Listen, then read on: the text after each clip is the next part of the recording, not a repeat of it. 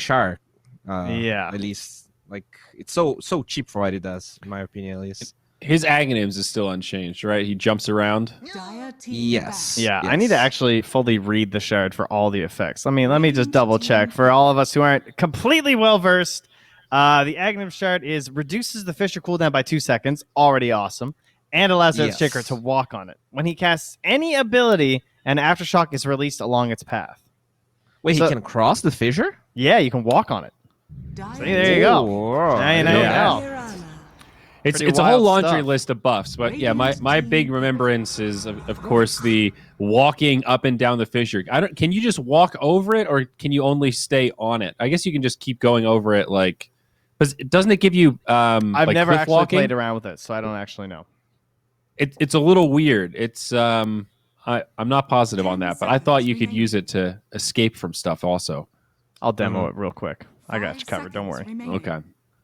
Well, we'll come back to that. We'll see if it gets picked up with Marana and Rubik here, but I'm still gonna do it. Well, that might be mid Marana. You know, Beast Coast do not have last pick, so you never know. Chris Luck, they played from the heroes he played this week. Marana is the second most pick hero from him, so pretty. There is a chance he's gonna play that, and the Witch Doctor. Every game, every South American game, I think this hero might be more popular than Earth Spirit. Yeah, they are definitely tangoing for the top, though. You're not wrong about that. 5 seconds and I still have no additional insight there relative to the other regions, why he's so picked here. This thing's so cool. Yeah, so it is total free pathing. The other thing I just wanted to double check, because you know how you get the Aftershock along the fissure? You don't have to be like touching the fissure or anything like that. Because I think in the example I saw, he was always on it, so I wasn't 100% sure, but yeah. You can just be like, you know, you can blink away from the fissure, and then all of your Aftershock shit still happens on the actual fissure, which is pretty cool. The fissure is just a giant totem, basically. Yeah. A fissure totem. Okay, that's wild stuff. Fissures are pretty big when you really look at how much space it takes up on the map, you know? That's a lot of potential Aftershock area. Mm-hmm. All right.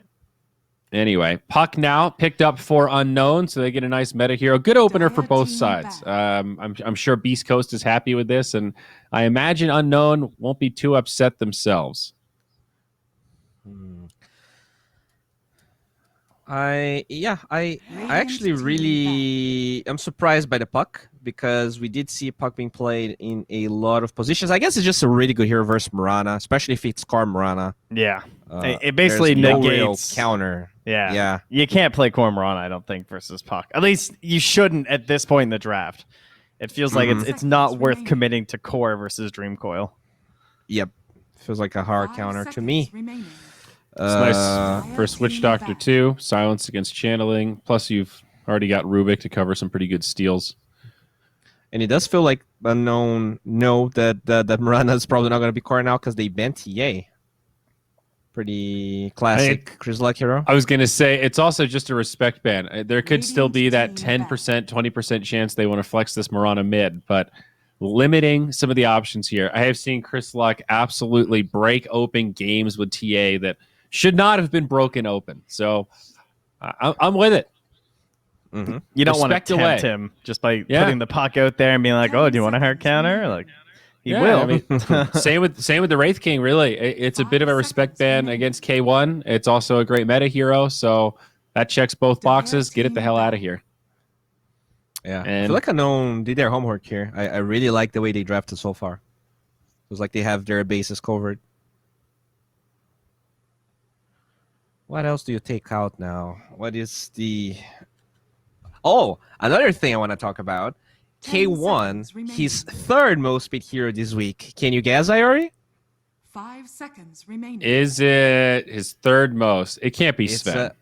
It's a hero I like very much. We didn't see it so far. Is it Arc Warden? Oh, no, it's Huskar. It's definitely Huskar. It's Lifestealer. Oh, shit. All right. Well, I was all over the place with that one. Damn, those guesses really speak to how I see you in my head, Bowie. Well, Arc Warden? Huh?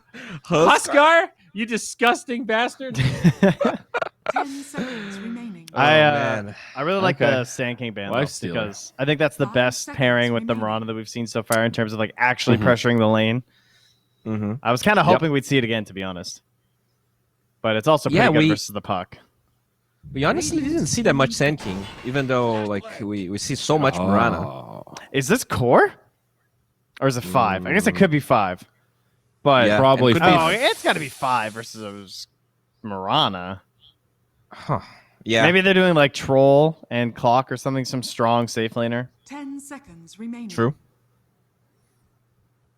But wait, Clock is- I don't know if it's Clock 5 because I feel like Marana 4 deals really well with Clock 5. So can't that be Yeah, I don't know. Clock 4 versus Witch Doctor? But then I was who's kind the- of thinking that. Oh, I It could guess be it Rubik could 5. be that if the Rubik's 5. Yeah. Dire team Yeah, sure. I Yeah. I don't know. I really don't like Rubik 5. So Yeah. I guess for the laning stage, it could just be the setup like that, and then the Rubik gets more farm. Uh-huh. Underlord. I think that is still in, eh? PL? Yep. You mean for 10 unknown? seconds Well, I remaining. guess just before even Beast Coast took that. It's just a strong hero right now. 5 seconds remaining. Yeah, it's pretty good. Marana does I guess lane okay-ish versus Batrider. But yeah, it's a really strong hero. I wouldn't be surprised to see it here. It's just that I feel like unknown would feel a little squishy if they went for it. Yeah, I would agree. Let me just go back for the Jug after most of the other ones are banned. All right. Another Dispel out of like the Underlord route, just in case you're getting trapped up. Classic Juggernaut. Good. 10 seconds Yeah. remaining. They got options to play fast.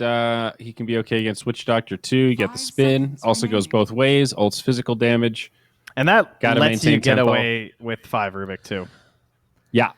Because, Jug can do things. 5 Rubik or 5 Clock if the matchup wasn't so bad versus the Marana. So, yeah. Probably able to flex that puck now, too. I would probably ban for the mid just because they have the 10th pick anyway. So, I mean, Oh. unless there's like some offlaner you really want to ban as Beast Coast. Another piece of information that I have here.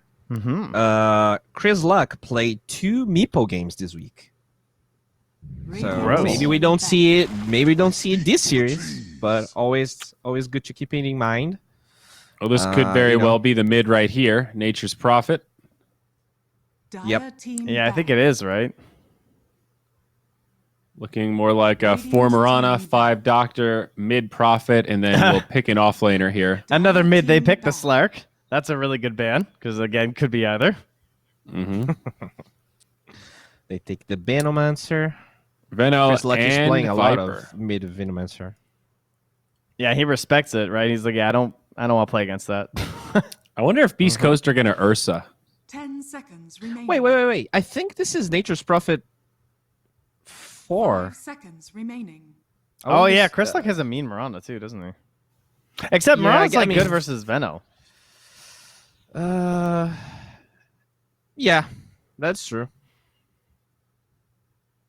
I It think might that- just be that- one that's targeted. So confusing this Radiant draft. team pick. Troll. They might pick Lifestealer here. I'm kind of bracing for it. I think Lifestealer or Ursa based on those bans. It's actually a good lifestealer game despite besides the Juggernaut. It's really good versus Puck, really good versus Block. Hey, remember the Sven eggs? Doesn't it still get you out of puck coil? Oh, yeah, I think it does. And it I gets you think the it does, War and Cry you- versus 5 Jug? seconds remaining. It really breaks coil? That's stupid. Yeah. Yeah, and 'Cause- you're magic immune, so you don't get stunned when you reach the end of it. Yeah. God, that's so dumb. All right. If that I didn't realize that's how that mechanic worked. You're selling me on Sven here pretty hard. It would be pretty funny would if they be went back really for funny. it again. Yeah. Dire team Whoa. Okay, they go the other way. More push instead. The Terrorblade. Another classic though for K1. All right. Yeah, I don't know. I'm just a little skeptical about this mid Nature's Prophet, if it's indeed the case, because it's 10 kind of bad versus seconds Clockwork. remaining. It's so easy for the Clock to just. Yeah. And if he has a BKB, I 5 feel kind of seconds scared for remaining. him. Although it's the But, same you know- deal with the puck for the core Mirana. So it's like, Yeah. I guess I'll feel you. So unknown here. Is this puck off lane? Is this puck middle? I guess that's the big question right now. I Well- like puck off lane versus TB. Yeah, with the Witch Doctor. I'm curious what they do. They take the Axe. Now All select right. your Whoa. heroes. All right, Axe looks awesome in the jungle. He is very scary. Yep. Well, they are Oh, Chris Luck Underlord. okay. Wow, we did misjudge it. So Chris Luck is going to take Underlord mid. Whisper grabs the Prophet for off lane, so it will be that 4 Mirana. Interesting. And on the other side, it does look like a Yadomi Clockwork will be on the 5, so it is that 4 Rubik. That sounds Yeah, really good versus Puck. Mm-hmm. I love this because I really felt like the Nature's Prophet versus Clock was great because you have the chance to tank the battery assault damage. Yeah. So that thing is going to be saddled. Doesn't have to be for Nature's Prophet. They make it off lane. And the Underlord, dude, it's going to crush the Puck. Yeah, It's 'cause so Fa- tanky. Any matchup where phase shift does absolutely nothing Yeah. can become a problem for the Puck, especially when Yeah. they're this tanky. I'm a little worried for Unknown. I like the idea behind this axe. You're already all in on a draft that has to play kind of quick. But I think it's scary when you have the team with a quote, high-tempo draft against a team that has better pushing tools than you do. That can be a very delicate thing to balance. If you mess up at all, it's so easily punished by Beast Coast here. Yeah, this is a number of fights style of draft where, like, how many fights do Beast Yeah. Coast need to win to, like, win this game? Yeah. You know what I mean? It's like Yeah. 2. Unknown have to win a lot of team fights in a row. They have to, like, keep getting pickoffs and, like, chipping away at an objective. It's probably going to take them, like, 2 team fights to take a tower sort of deal. Whereas Beast Coast Yeah. just get whatever they want whenever they win the fight. And so, just by that nature, their game looks easier. This likely comes down to the lanes for Unknown and those first few moments and first couple smokes with ultis. Yeah, I really like the way Underlord's going to be able to deal with the Puck. Because, like, if Puck gets a really good coil, you can always just ult away from it, and it doesn't matter that you're going to break the coil. I also feel like it's what you guys said. You just push really hard. You can roast really easily. It's just you have less mistakes to be made. And as the better team, I would say, I think these coast chances are looking really good here. Okay, let's see if our casters agree. Gary, 1437, time to ring the bell, gentlemen, because you're up. Get to work. Let's go! Yeah, thanks, Ori. Off we Damn. go. Game 1 here, this best of 3. Sounding like the panel thinks that Beast Coast have the better draft, better laning setup. Theban, if that's the case, what do Unknown have to do to remedy those problems? Well, Unknown's gotta slay, man. They gotta get out there. They gotta kill some heroes, keep Beast Coast down before they can group up and start making plays happen together. But they got the heroes for it. They got the Puck, they got the Clockwork. These are early game battle heroes. I would like to see a couple of rotations from the Clockwork to maybe the Underlord, get some kills on him early on before he gets to like this Hood, Atos, whatever build that he decides to go for. I think that's the plan with this Underlord pick. They see the Puck, they get the Underlord. The Pit of Malice is really annoying for Puck to deal with, and then he will naturally buy a Hood as well and just probably build into a pipe at some point. Yeah, become the big slug, slithering around the map. And you're talking about this Unknown side needing to slay, yeah? We'll see if they can do that with these heroes. They've also got to try and open up some of these objectives. That bottom tier 1 feels pretty key for me, so they can try and close that map around the Terrorblade, because Beast Coast have some great ways of defending the jungle, defending those high ground ramps so the TB can freely farm away. And it's K1. I would. Don't forget it's K1 farming. Oh yeah, he's freaking a beast at playing carry heroes and farming. I do want to say though that Beast Coast teamfight doesn't look too hot to me in comparison to Unknowns. Yeah. That might be one of their weak points in their draft, and that's why I would like to see them shut down this Underlord early on, since he is the focal point of Beast Coast teamfight. Yeah, like we think about these primary items for Unknown, if they can get there, they're a potent force. The stacking of kind of magic damage and int on that Puck. We'll take a peek into the top lane already. Some early aggression. Schofield forced to leap away from the spin. But I think Burner there, a little worse for wear, going to be burning through a lot of that regen early on against 2 ranged heroes in his safe lane. Not fun for the Jug. It's gonna be annoying for him. Yep, definitely. But the Clockwork, he's also getting kind of countered up by the Nature's Prophet in the lane. The Treants are extremely annoying for him. You can't just battery assault onto one of these heroes and stick on them. The Treants will come to help soak up some of those stuns. As I'm saying, yeah, you got a massive ass creep wave backing him up right now, though. A lot of damage on Schofield. What is Schofield? Schofield's What dying. the- Okay, baiting him until the very last second. He was doing the Okay. maths in his head while leaping away from danger. That was real scary. Not gonna lie. Yeah, heart and mouth moment. So in this kind of lane, explain it very well against the Prophet. Do you think that Clockwork will skip cogs, or maybe you think about not leveling? Oh, bottom lane, first blood. Dracul drops the axe up against this Stinger Witch Doctor. Just a level 1 Maledict is enough. Yep. I mean, this is not that strong of a lane right now with the Rubik and the axe. Obviously, level 1, they had a little bit of a tough time contesting TV's last as well because of his meta. Yeah, true. Yeah, Good I mean, block going back on to your the pull. point with the Clockwork, I mean, the only time you really skip your cogs and you go for a Rocket Flare is because you're canceling a healing self Okay. or a Clarity or something. So other than that, like, I'm pretty sure he's just gonna end up getting the cogs so he can cog heroes back and then Battery Assault on top of them while the Juggernaut hits, something like that. Yeah, I guess it does have some additional value. I think I've seen it a couple of times from Clockworks when they're against Puck. Oh, speaking, Puck's nearly dead mid lane actually. But when they're against like Puck, Batrider, heroes that just get out of cogs and have no chance. Very okay, all right. Close to death. Damn scary. Yeah. Jeez. He hit the Waning Rift out of that Firestorm there. And this is Chris Luck with level 2 Firestorm, getting some Atrophy Aura going as well for the right clicks. So far though, Mr. Robo not doing too badly on the CS front. Very far from his bottle. He does have a healing salve coming out though. Bottom lane, these cask bouncers, great for Stinger. Unfortunately, didn't have the mana for Maledict. Could have popped his stick a little bit later on, but Axe had already got himself out of there. And then this Prophet up at top, farming 14 and 4, and has a full juicy wave there for him, while Juggernaut's under his own tower. Every one of these lanes, you see from the CS board, green, green, green, all the lights lighting up here for BC. Like Juggernaut with 10 CS. Yeah, I mean, this is going to be hard for Unknown just for now, the early laning stage. But once they get the levels, once they start to rotate their heroes together, that's when they truly shine. So I'm not looking too deep into the laning stage for now. Yeah, it's Rune one of control those is going to be important here. Underlord is going to expectations. be Oh, he's surrounded. Rubik, Puck, and the Clockwork are all top coming. side. Yeah, you dummy. I'll take the illusion room. Easy grab. Yeah, these guys really want to showcase their individual abilities. He's staying on top of that rune, waiting for the Mirana to try to deny that rune, and then he'll take it. The last second. Yeah. But I think The you are Mirana, right. baiting with the healing salve.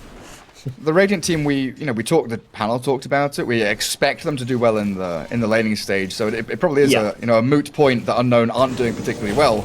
It's just that expectation of what's going to happen next. As the spin top helped out by Cogs, but a Ooh, good nice Sprout Sprout. pushes him out. Wow. Whisper, the Sprout Cogs interaction. Not seen that in a while.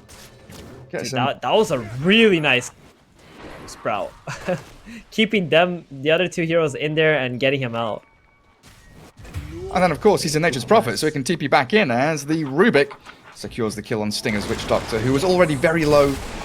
Buys out all his items and was on his way back. But Juggernaut sniped out by the Mirana. Yeah, I was watching the Witch Doctor die. I didn't see what happened to the Juggernaut there. But he's got 17 lasses and 1 denied. That's a problem, though. Like, this is pretty much a one lane where having such low lasses will cause them some Radiant issues. structures are And that kill on Nature's Prophet would have been huge for him. Yeah, would have remedied so many problems. And I'm same as you. I look bottom for the Witch Doctor to death. And Juggernaut, who I assumed was safe, I guess he gets arrowed up. And again, these two ranged heroes are always putting him within that kill threshold. Chipping away, chipping away. And when he's like 60, 50% HP, they can go in and move. Underlord mid. I mean, they're TPing Mirana in here to refill his bottle. Clockwork's kind of eyeing up a move into the mid lane, but Underlord has 1100 HP with a Bracer. Well, misses out on the regen Oh, rune. Puck's got it. Good take. Stinger dead again, but Terrorblade is kept alive. Yeah, this battle hunger on the Witch Doctor is just pissing him off. They just keep running at him with the hunger. Rubik keeps slapping him, tossing him in. Axe has baited the do much TB in of with a something. courier. I think this was deliberate. They don't have enough mana for Fade Bolt. Oh, okay, they don't kill K1. But Axe moved his courier like in front of the TB. TB hits it once and it's on 1 HP. And of course K1 has to chase Middle. it. Nature's Wrath bouncing into mid. Robo Z, Puck again, slippery as ever. Evades that gank of Schofield. Every lane you look at, action abound. Now Clockwork, it's his turn to get involved. Just moves in with a quick little cogs. While it's all happening, Juggernaut has moved into the jungle. That is a very bad sign to see your carry in the jungle when there's only one hero sitting in the top lane on your opponent's side. Yeah, and he's not even thinking, hey, I'm going to ditch it and TP top. He might do so in a second. Clockwork trying to get out of the grasp here of Underlord and Mirana, but a great pit with the arrow follow through has taken him low. Chris Luck, movement speed 340, Clockwork at 330, and Mirana's got the leap to close the gap nicely across the Roshan pit. Beast Coast Very nice. really are just taking this game by the short and curlies. I mean, they've got Beast in it? top tier 1 done. Attack. Dire's top tower has fallen. Should have said they were beasting it. Yeah, true. Right, I'll save that for later. Game 2, Stephen. All right. I mean, they're up 3k gold now. They got the top tower with the Nature's Prophet pretty much all by himself. Nobody really helped him here. And Unknown, like, it's okay to bleed a little bit with your draft, but this much? I don't know. I don't know about that one. Yeah, every single lane is having a few struggles, isn't it? Yeah, Axe. Clockwork is trying to make some plays around middle, but the Underlord just constantly shoving the lane out with the Firestorm, not really giving many openings.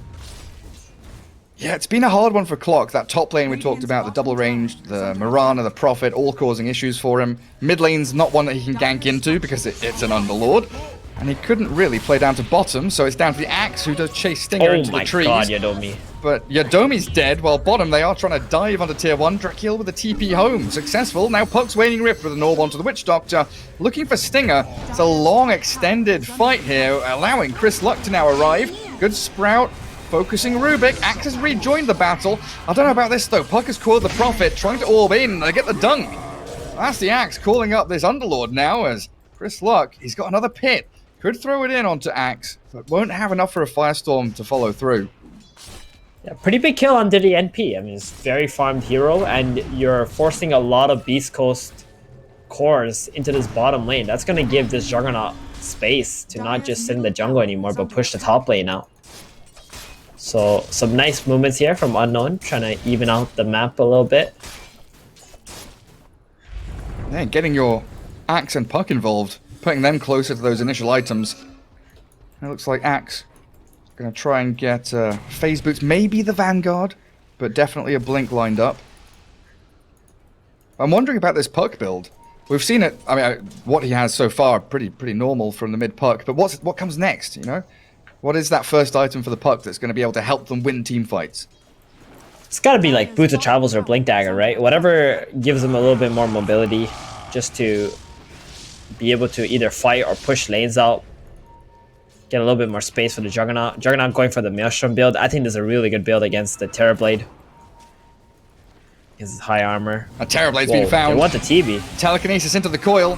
Terrorblade, he has Sunder, but he's silenced, Big taunted, kill. dunked, and killed. A huge Oh, one. man. Witch Doctor Yeah, left him starting alone to for a come second, online. and they're going to take the stacks. Act has found Oh. some juicy neutral That's nice. camps, all built up. Terrorblade was wanting to farm that, but he won't get the chance now. Unknown. They settle the score. Like you say, finding ways to really balance the scales here of the game. They only got one Danyun, but that's okay. You got a big TB kill. That's going to slow down his farm. And they've still got They're 2 doing a minutes really on good the, job. Yeah, 2 minutes on the ward that they used as well, still remaining. So they could play into that Radiant high ground area once more. Oh, okay. Interesting. I mean, he's going to be a D-Warder right now, though, because they see that the Ancients are blocked. Oh, Assume good that's what point. Stinger's sitting there for. Radiant structures. Yeah, are then deny fortified. sentry. Radiant's middle tower is A under smoke attack. in from Puck with the clockwork. Hook shot is ready. And they want to try and get in front of the Juggernaut as he pushes that bottom lane. But this Moonlight Shadow from Beast Coast Scanning.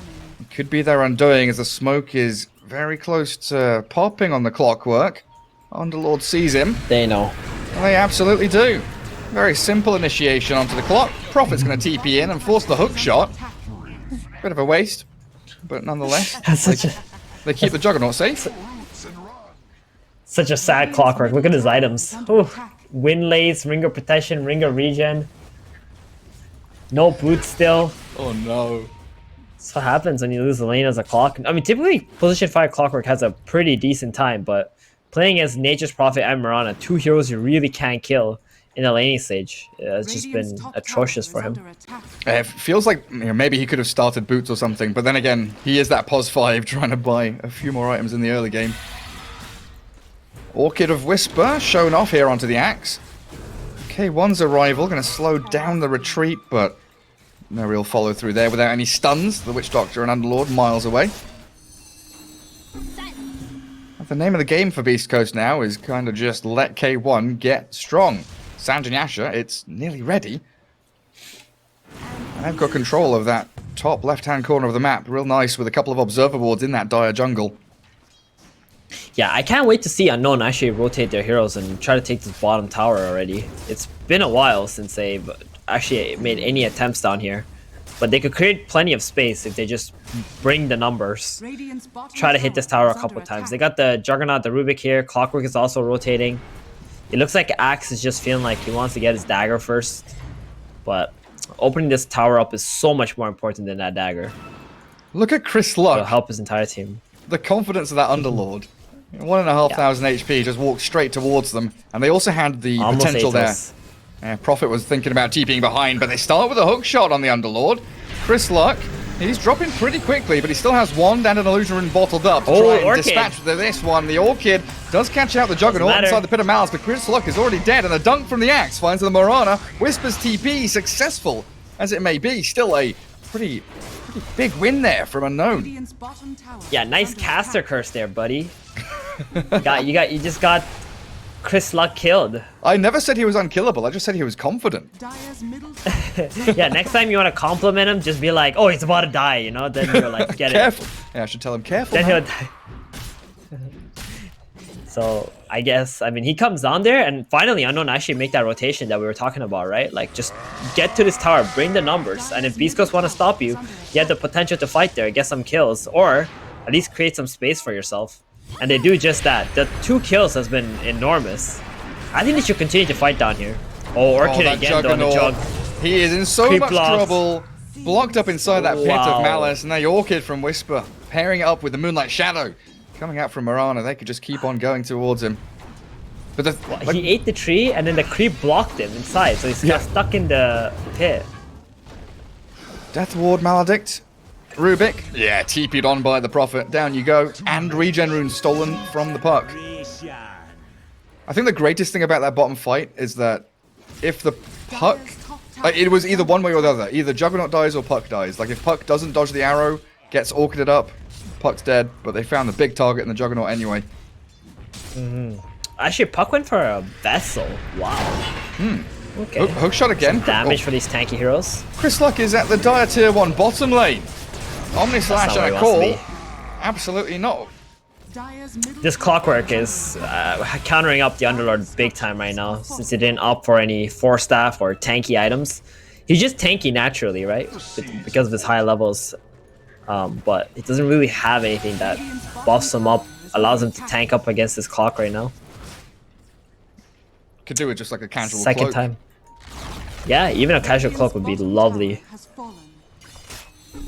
Radiant structures are fortified. Oh, they're going to have a mech pretty soon on Mirana.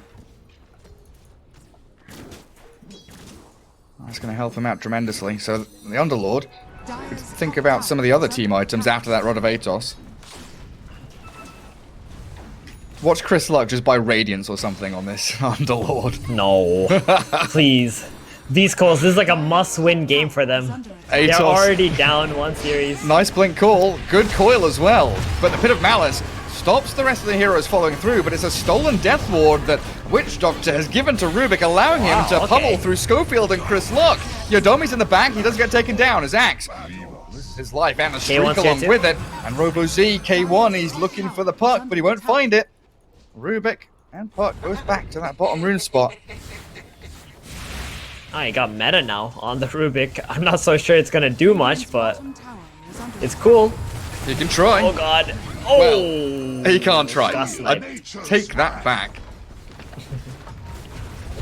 And they get the tier 1 tower. So, I mean, Unknown, they make some cool plays, they get some kills, but it didn't really lead into the tier 1 tower. It actually ended up with them losing the tier 1 tower there. Maybe a little bit too ambitious after the kills. And Juggernaut is making his way into that Manta now, so that's gonna stop the Orchid from getting him killed. That's why he opted for the Manta first item. Desperately needed it. I think they got a This little is bit the carried away problem. mid lane. Like, they cast all their spells. they did. Clockwork, I think, is making the calls to go in. When you hook shots, you have to follow. Radiant are scanning. What I want to say was, like, this is one of the prime examples of why winning a lane is so important, right? This Nature's Prophet does well. He gets his Orchid super early, forcing the Juggernaut to go into a straight Manta build instead of, like, a Yasha into a Maelstrom and then going back for, like, a Manta or something. Because initially he did have a Maelstrom queued up, but then had to change his item build the moment that he saw those Oblivion staffs on the NP. It's like a forced error. You have to do it. Just to try and combat what your opponents are bringing. Smoke from Unknown. Looking into that Radiant Triangle. Should be able to secure them a tower here as they Has all been killed. connect up with the Juggernaut. Dire's bottom tower. May also see a couple of Radiant Couriers, yeah. Radiant's Ooh, courier okay. has been killed. That's a lot of gold. I mean, those are like picking up bounty runes for your team. And the way that they have the ward behind the tower and the Axis position, it's going to be really hard for them to defend this. Looks like a free tower for the Juggernaut. We saw yesterday what a Juggernaut with a lot of farm could do. Is under attack. Dire's Yeah, he can absolutely shred people. Axe is going to make a blink call play bottom. Clockwork lining up a potential hook shot here to make sure the Whisper can't escape. They've got the dust reveal Oh, and just the BKBs. dunk. They can't get the Doesn't dunk down. Might have bought enough time for Chris Luck with K1 to shred through the Axe now. Maledicted up and taken out, but Juggernaut, his arrival could signal the turnaround for Unknown, but they've all fallen away. There's no clock, there's no Rubik. They sunder the Jug, knowing that Spin on cooldown comes back up now. So Chris Luck decides that he doesn't want to go diving tier 3s this time. Thinks twice about it, but they've got meta used up here, so they're going to try and go for the tier 2 and force Unknown into an awkward position to defend this, because Clockwork is miles behind enemy lines. They might They stumble got up on him. the Sundra on the Juggernaut, made him feel uncomfortable. I'm not so sure how much I like this meta usage though. Well, he's still using it. Cask towards Puck, who doesn't have phase shift, lifted the TB. Rubik has got the Puck out of there, but the arrow it's catching silenced. Juggernaut silenced up, and he can't do anything. Now the Puck has stuck around.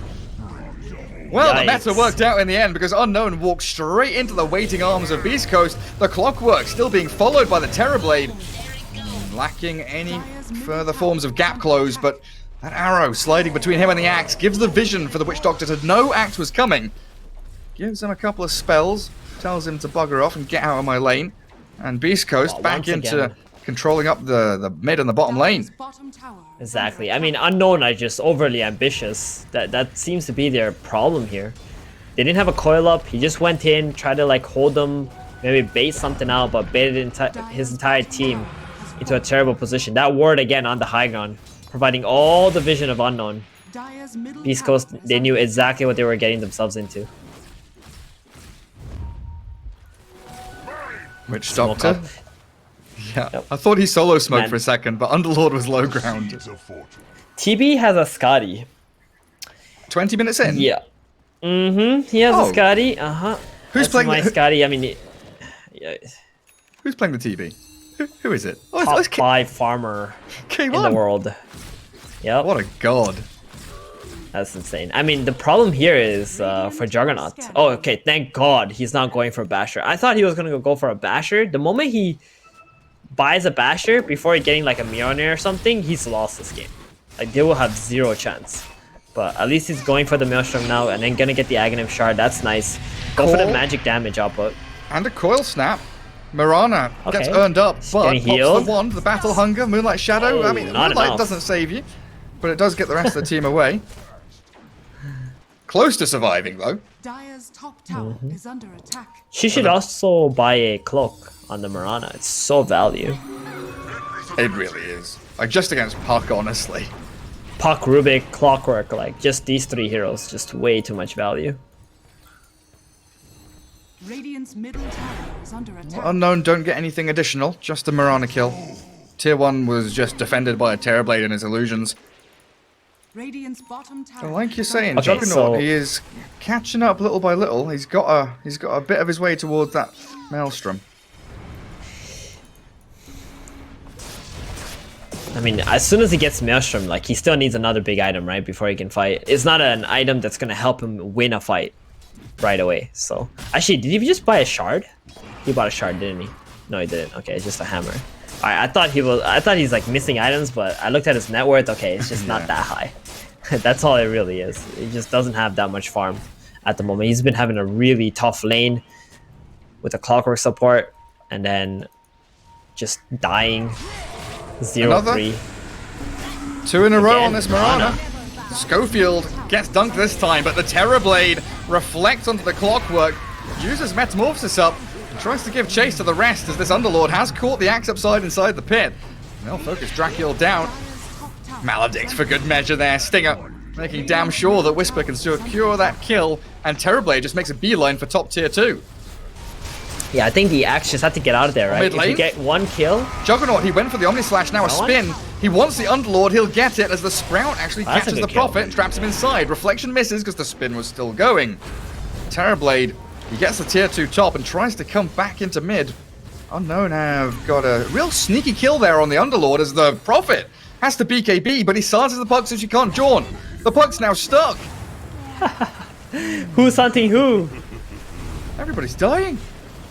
Yeah, yo, this Nature's Prophet is enormous, man. Witchblade, BKB, Orchid, he can pretty much solo kill anybody on Unknown side. Even the Juggernaut if he doesn't have a Manta up. It's not just a TB who's a problem anymore. Prophet, second in net worth. Definitely beastie. Satanic He's going for next. Satanic. Yeah. Yeah, that's not a normal Nature's Prophet build, that's for sure. But he feels so comfortable just to buy that against the axe when he gets called with the Blade Mail. Wants Yeah, to like- be able to survive. Not when you're a POS 3 Prophet. We used to see it like maybe a year ago with the real popularity of mid Prophets with what, like Blade Mail, AC, Satanic, get some right Yeah, click I mean, damage that time going. it has status assist. Yeah, So that's like, also true. everybody bought it. It doesn't matter which hero you were gonna buy a freaking Satanic if you're a carry. Roshan, still a big objective out there on the map, and I think both teams are going to be vying for control, which is what this smoke from Unknown should be leading towards. Team fight win to try and delay the Roche take by Beast Coast. Swinging bottom towards the Prophet's lane, but he's always going to be able to slip away there, especially with the Moonlight Shadow, and they've actually scammed the Underlord.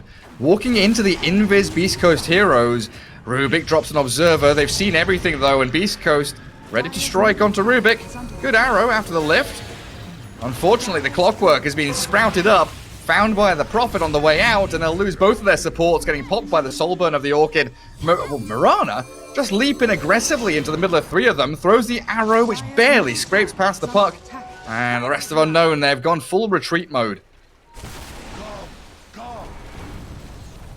They can't make any plays on the Unknown side right now. They gotta just try to play on the silence, get some catches, maybe get a Juggernaut and a Puck, get a kill on the NP, but as it is right now, Beast Coast, they can do whatever they want. They just go straight into the Roshan pit now, with just 2 heroes dead. Doesn't matter if they're about to respawn or Rocket Flares are gonna come out, they're just insanely strong. If you go in here and fight with Unknown, there's gonna be a TB meta that's just gonna slay you. Are they going to go in and try and steal it? Axe is making a long wrap around. He's waiting, but the Sprout gives vision. He blinks, he calls, but he whiffs and misses. Whisper, he's still going to get destroyed by the Axe in his okay. spins. That's a good little pick off there. 1 for 1, the Axe. He makes a play in. I mean, he'll take that. He'll take that. That's a lot of gold he got in XP. But I thought he was going to blink into the pit. But there was no way he was going to reach the pit from there, right? I don't actually know. There might be like, you know, one spot where you can stand and blink just in the pit if you get it on the full range, but I'm not sure. No, he he was definitely planning to get inside the pit because he moved his magic stick from his inventory to the backpack. Good spot. So he was not really aiming for the NP, but fortunately he got the NP. Yeah, it works out in the end. But now... Here's a... I was just going to say Aegis TB. Oh yeah, okay. I mean, he's a pretty big beast. I was gonna give you a piece of advice in case there's any axe players out there. Yeah. I see a lot of axes oftentimes blink in, use call, and then they will click blade mail. But the best thing to do is actually click blade mail before you blink in. You follow me? And why is that? Because if you blink in, click your call, then the first hit the opponent land on you would not be blade mailed, especially if their attack speed is very fast. So if you blade mail first and then you blink in, even if you get disabled, you got the blade mail on. If you get the call, then you know the first hit will also have the blade mail on, because call lasts 3.2 seconds, blade mail lasts 4.5 seconds. You may as well So you're use gonna it have first. like that excess time. Exactly. Yeah, good bit of advice there. Thank you. I'm gonna remember that. And there's always those situations where you blink, you call, and you get hit by like a random Fisher or a Sven stun or a telekinesis, and you're like, well, my blade mail, I didn't use it in the end. TB illusions it's being the able to best clear way. out waves individually is kind of insane still to me. Like top lane is just one illusion pushing wave. Is under attack.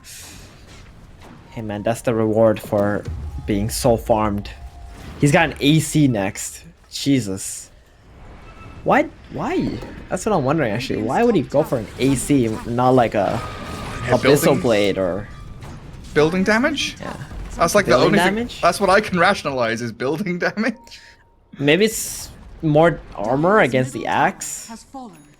so the blade mail doesn't do Is under attack. a lot. I Oh. mean, he's got so much armor anyway. That's a good point, yeah. Plus up his NP. For his team as well, right? Because he's got a right click, and right clicking Nature's Prophet. Underlord does a lot of right click physical damage when he's got some stacks up. He's a I mean, it's not the 96 worst bonus. item. It's definitely a good item, right? But I was thinking, you're playing as a Juggernaut. You know, Juggernaut has a spin and can run around in the fight. If you get an Abyssal, you can just Abyssal him and just annihilate him.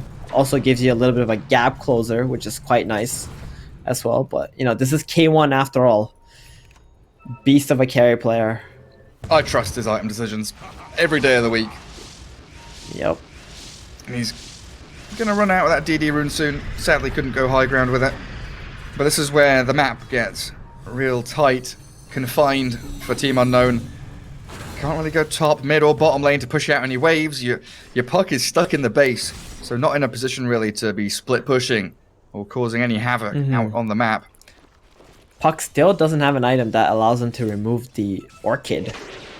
That's going to be placed on him in every fight. He's going for an Aghanims, but Radiant's not so sure it's going to do much.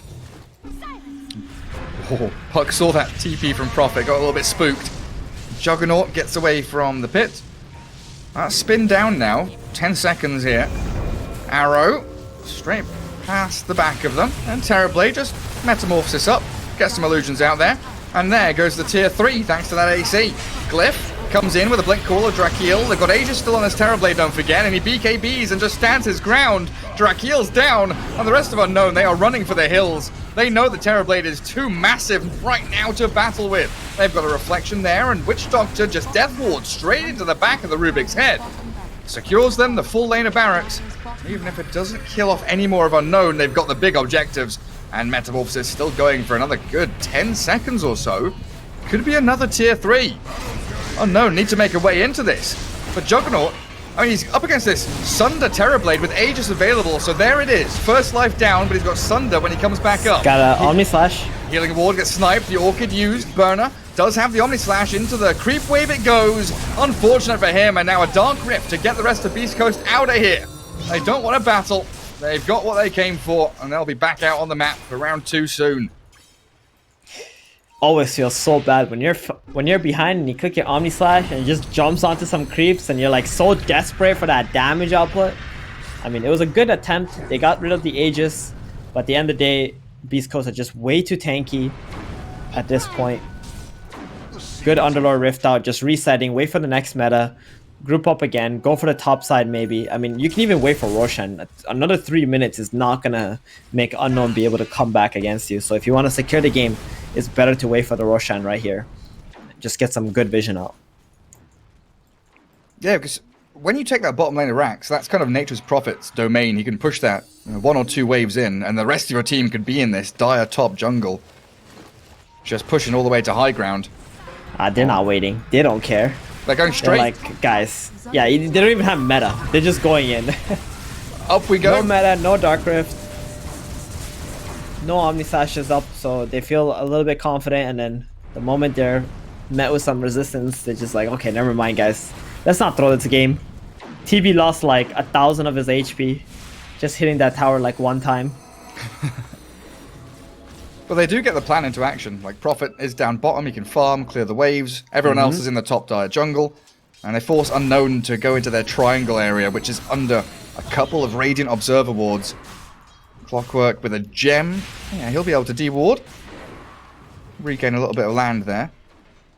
Oh, but Beast Coast also got a high ground ward over in the dire base near that top tier 3.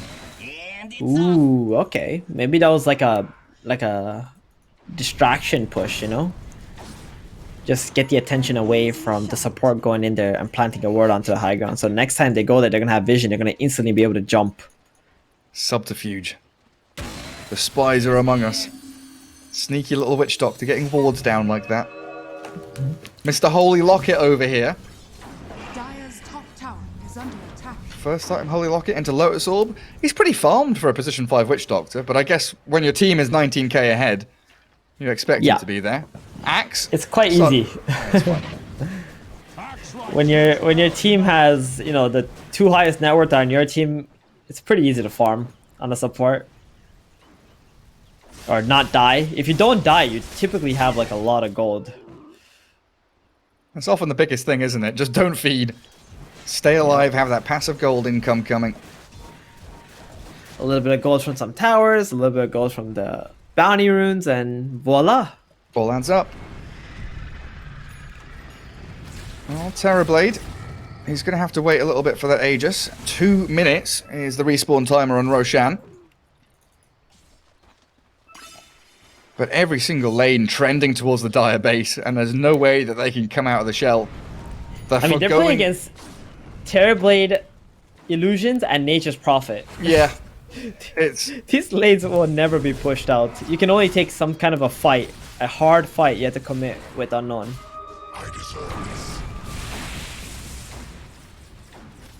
And everyone's giving up on buybacks as well. So even though Unknown are going to be fighting in their land, with that kind of defender's advantage on the high ground of their base, they're only going to have the 2 supports with buyback in. Or the cores buying out, but maybe with a jump like this, they'll find Schofield a little bit too far forward.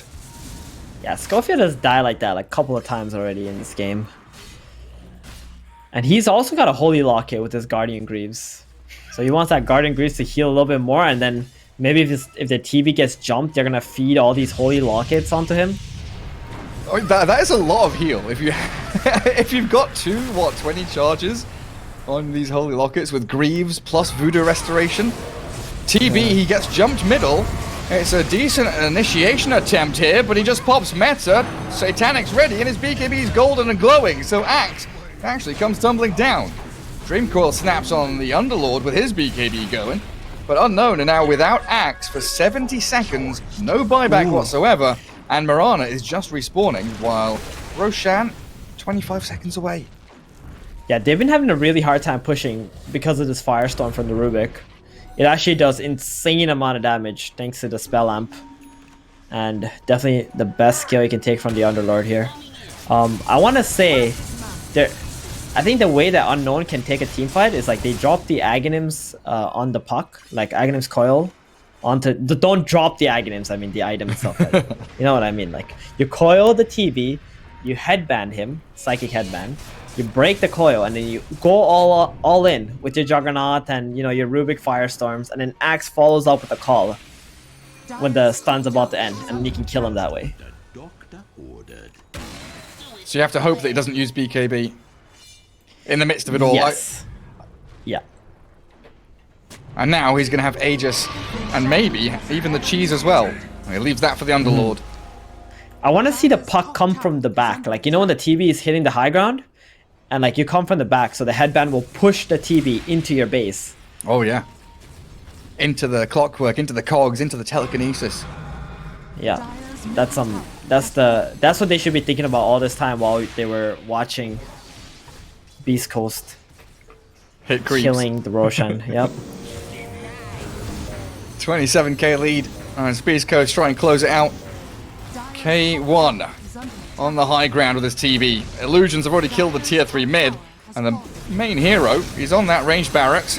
And the Juggernaut, after that Hex, about a third of his HP remains. He got silenced. He got destroyed. They've killed off the puck. Has to buy back. Come into the fight again. But TB, he hasn't even got meta yet for 30 seconds. And the fight's already going really poorly. The Blink Call misses. Axe doesn't get in there with his BKB Blade Mail well enough. And the Death Ward from the Witch Doctor hitting Juggernaut. And the Healing Ward snipe means that Beast Coast have secured themselves another lane. Unknown, multiple buybacks, they've spent them, another Blink Call, Axe, it's good this time with a coil. K1, he just BKBs and turns, whacks into the Axe. The Juggernaut does actually Omni Slash down Stinger, but he just buys back and they've got another Hex. The Scythe device catching Burner multiple times, forced to spin and get back to Fountain as the puck, the dieback can't happen here. Scardy slowed it down. But Beast Coast transition into the mid lane. They've seen the clockwork and they want them barracks in the mid as well. K1 says, screw that, I want to hit heroes, I want more kills.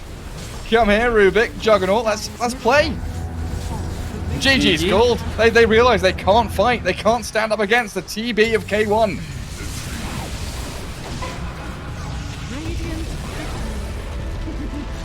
Reasonably straight East Coast there in game 1, Theban. Terrorblade for K1, the Prophet Mirana lane worked wonders. The panel, everything they said was correct.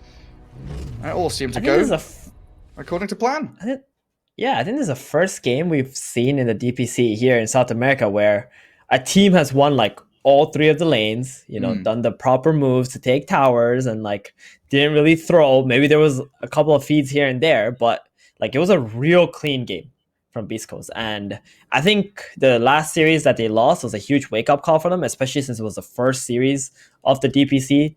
You know, you're putting yourself in a really awkward position. If you lose again and you only get like 4 or 5 wins down the road, like it's not going to look good when you only got 2 slots for the major. Beast Coast obviously want that first seed, and I mean, this is a good showing by them. Yeah, well on their way now.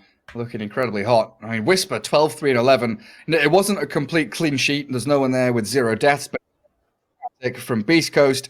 And there we have it, game 1 in the books, as we'll head to a break and return with a panel in game 2 after this.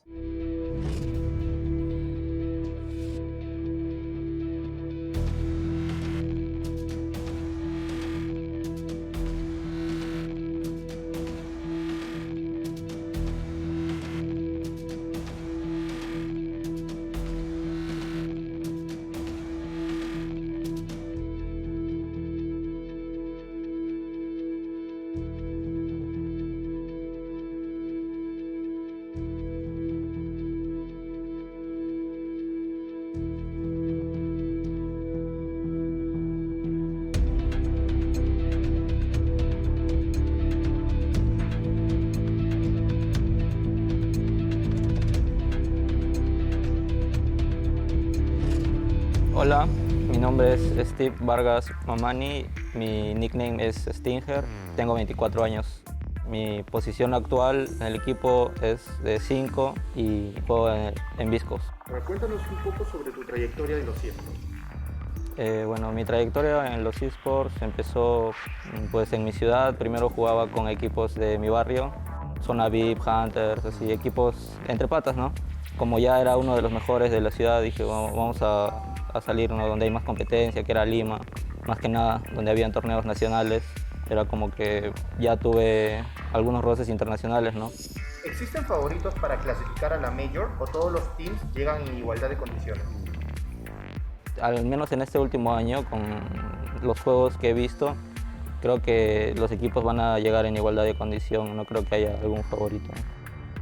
¿Qué es estar en modo DPC para ti? Para mí al menos es por lo que estábamos separados y no había mucha comunicación, digamos, no estábamos conviviendo y siempre había problemas externos, ¿no? Digamos, uno tenía mal internet un día